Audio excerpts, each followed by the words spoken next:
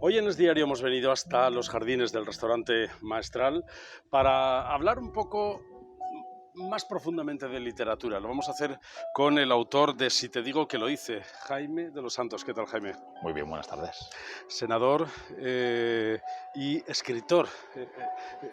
Dos parcelas bien diferenciadas, pero conjugan, quiero decir... No tan distintas. Yo siempre defiendo que la cultura y por tanto la literatura y la política, cuando se hacen bien, tienen la misma finalidad, que es cambiar las cosas. Y, bueno, artistas, creadores y políticos deberían solo trabajar en esa dirección. Por tanto, cuando me dieron la posibilidad desde la editorial Espasa de poder escribir una novela, aunque de primeras tuve todo el miedo posible, bueno, me dejé convencer con ese fin, ¿no? De alguna manera, reflexionando sobre nuestra historia, intentar ofrecer pistas sobre quién somos ahora. Yo te he presentado con los oficios que ocupas, pero eres historiador del arte y eso se nota mucho en la novela porque haces muchas referencias a distintas obras.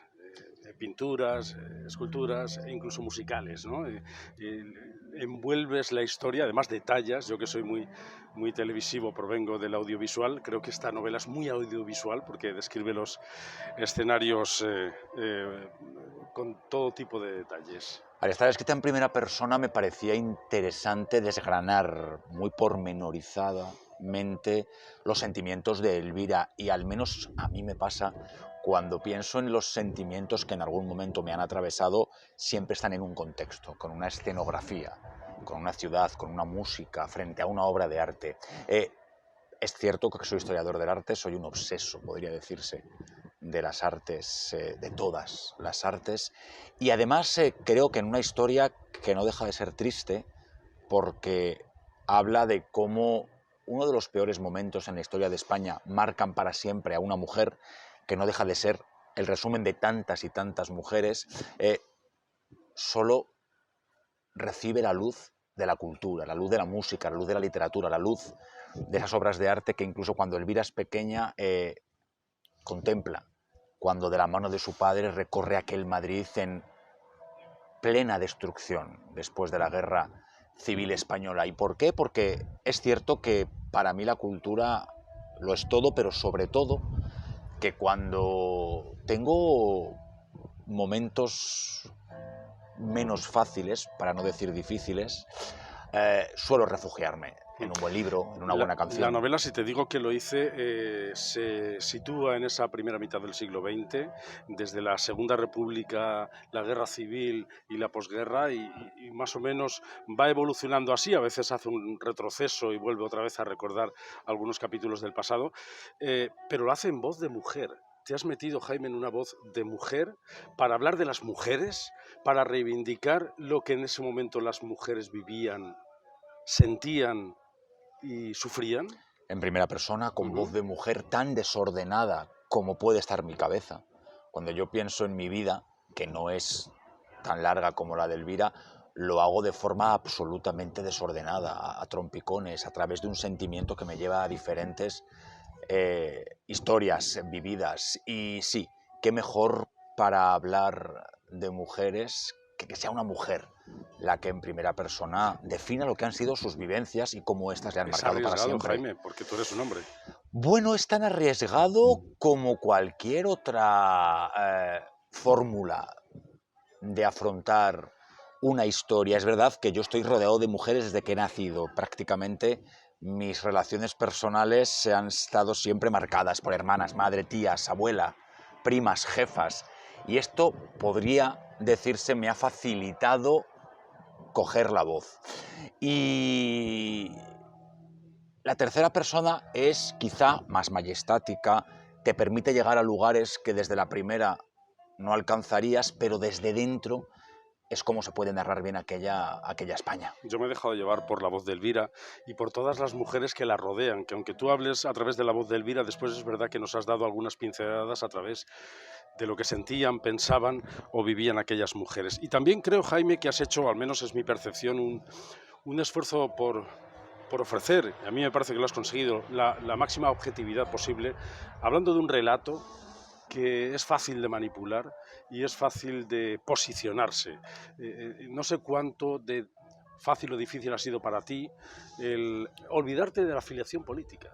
Yo es que creo que ahora, además, que se habla tanto de memoria histórica, deberíamos de diferenciar entre lo que es la historia y lo que es la memoria histórica.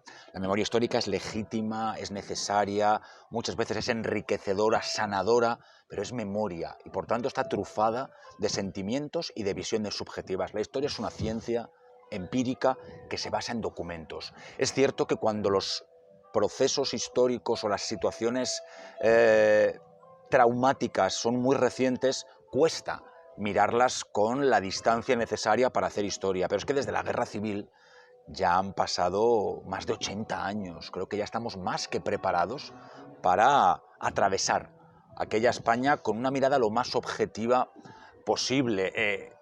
Mi filiación política, yo soy un hombre de centro-derecha y no solamente en el centro-derecha, yo estoy seguro que cualquier demócrata que milite en cualquier partido, que vote a cualquier formación, no puede sino rechazar una dictadura como la franquista, cualquier tipo de dictadura. Has hablado con objetividad y con sentido crítico de la República, de Azaña, lo has hecho de Franco, lo has hecho del franquismo, de la guerra civil de aquel momento, de la situación que estaban viviendo las mujeres, del aborto.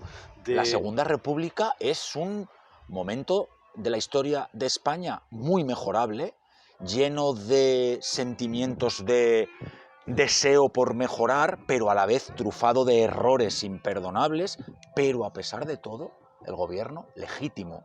Más allá de que investigaciones posteriores hayan podido descubrir si hubo más o menos pucherazo, la realidad es que era el gobierno legítimo frente al que hay un levantamiento militar. Un levantamiento militar que desemboca en una guerra civil y que todavía peor en 4 décadas de dictadura. Yo creo que cuando te acercas a un periodo de la historia tan complejo, tienes que mirar a Azaña, lleno de errores, pero también con sus virtudes. Un hombre que, por ejemplo, era de una intelectualidad sobresaliente, que dejó escrito que dejaran a la gente que creyera lo que quiera, que no podía acostarse un país siendo católico y despertarse siendo agnóstico. Y todo esto es lo que en el fondo sirve de eco para también entender al dictador, que a pesar de dictador está lleno también de emociones humanas como la de la superstición que le hace tener sus 2 brazos y algún otro de alguna santa abulense. Bueno, yo creo que la historia además hay que intentar mirarla sin buscar más verdugos que los justos e incluso entendiendo a los, llamemos malos, también como víctimas de su tiempo. Jaime, hablas también de las enfermedades mentales en varios momentos. Siempre va planeando en toda la historia, pero hablas del suicidio, hablas del aborto, hablas de tantas cosas que están tan de actualidad ahora y que todavía no nos atrevemos a hablar de ellas. Y que han estado de actualidad desde hace décadas. La enfermedad mental, parece que las enfermedades psiquiátricas se pueden hablar desde hace muy poco tiempo. Si yo voy al psiquiatra una vez al mes, lo puedo decir ahora, aunque yo siempre lo digo todo y sin tener ningún problema de reconocerlo, pero hasta hace bien poco que tú necesitaras la ayuda de un especialista, igual que necesitas la del dermatólogo, parecía que te ponía una X. También para mí era importante hacer una especie de exorcismo en esta novela.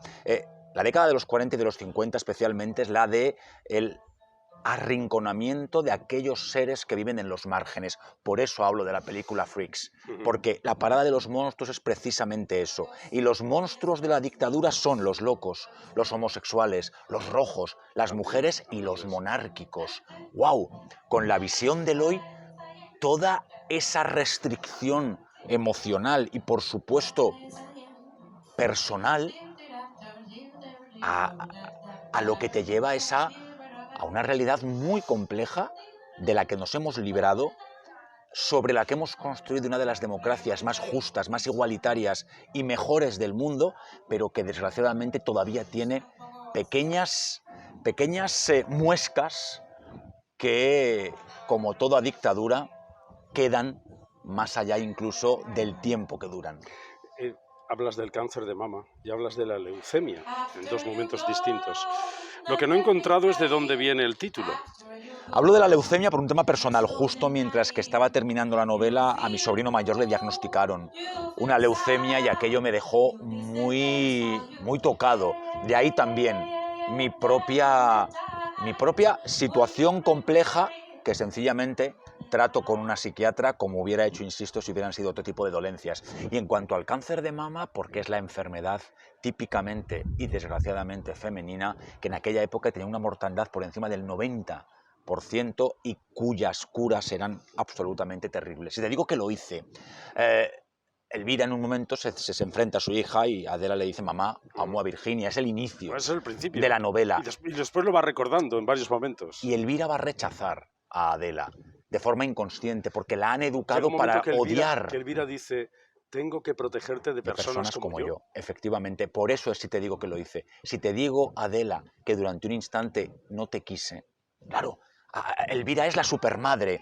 Elvira es quien dice que con cada alumbramiento le ha robado espacio al silencio. Es la mujer que ha sido programada para amar a sus 5 hijas. Y de repente, porque una se escapa de lo que tiene que ser lo normativo, ¡wow!, la rechazo, porque durante 4 décadas me han programado para que todo lo que no sea lo que se dicta en el Pardo sea pecado, el pecado, el pecado. Todavía hoy, a mí, que he nacido en democracia, que soy un hombre libre, feliz, que tengo una familia extraordinaria, en ocasiones tengo la lluvia fina del pecado, porque al final forma parte de una idiosincrasia que es la nuestra, que sin embargo, insisto, nos hemos quitado hasta construir la sociedad que somos hoy.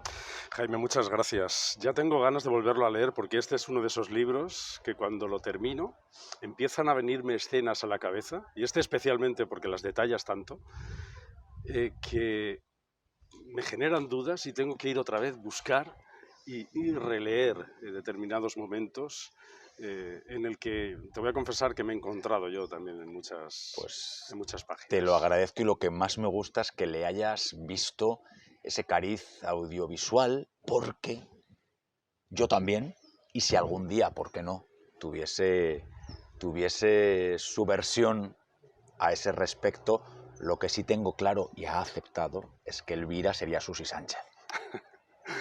Muchas gracias, Jaime. Suerte.